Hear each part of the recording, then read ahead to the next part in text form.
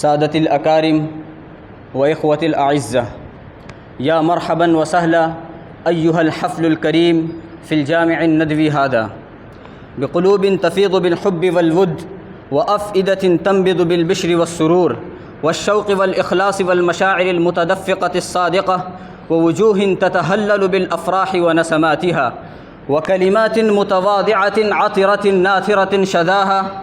نحييكم بتحية الإسلام ونرحب بكم ترحيبا حارا، ونستقبلكم استقبالا كريما بكل إجلال وتبجيل بمناسبة انعقاد الحفلة الاستهلالية للنادي العربي لهذه السنة في الحرم الندوي في رحاب دار العلوم لندوة العلماء.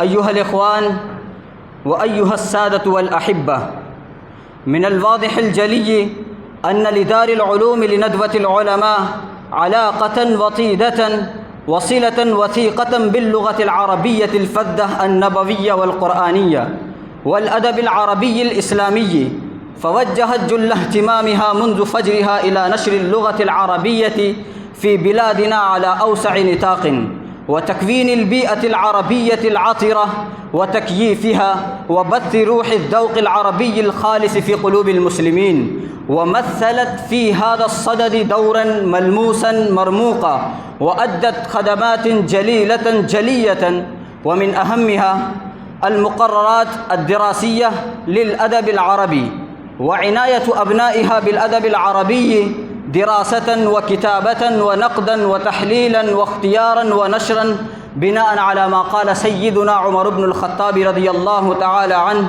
عليكم بديوانكم لا تضلوا. قالوا: وما ديواننا؟ قال: شعر الجاهلية، فإن فيه تفسير كتابكم ومعاني كلامكم. وقال أيضا: تعلموا العربية فإنها من دينكم. والثاني إنشاء النادي العربي في رحابها لكي يتدرب الطلاب الدارسون ويتمرنوا على اللغة العربية الفصحى كتابة وخطابة وحوارا، ويتمكنوا منها ويتقنوها، وهو يتألف من الطلاب المختارين من الصفوف كأعضاء، ويحتوي على عدة لجان، منها اللجنة الخطابية واللجنة الثقافية واللجنة الصحافية وما إلى ذلك من اللجان الأخرى، ولكل لجان أمين من الطلاب الدارسين.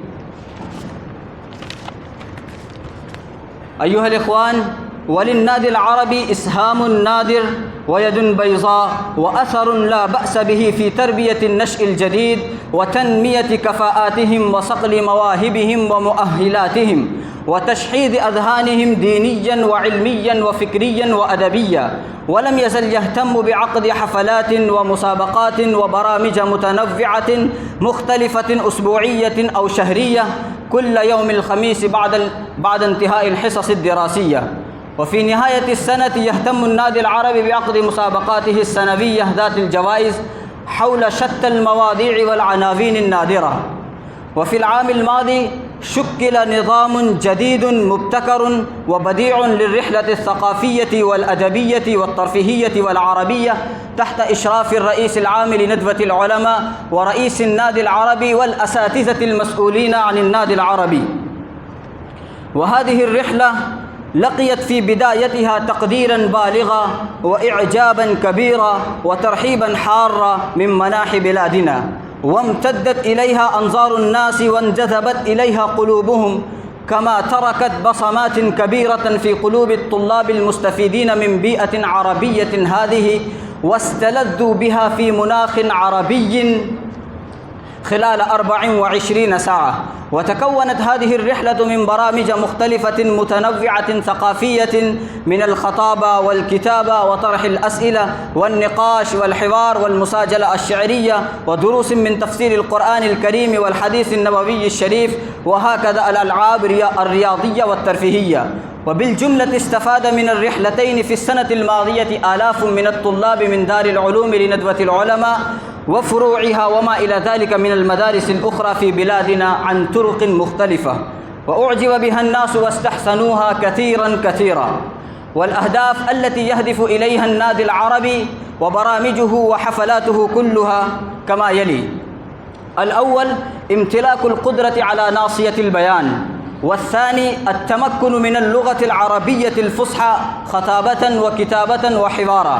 والثالث تزويد أنفسهم بالفهم الصحيح المباشر للكتاب والسنة بأعماقهما وأبعادهما. والرابع تبليغ رسالات الله تعالى إلى أقصى العالم وأدناه ونشر الدعوة الإسلامية على أوسع نطاق.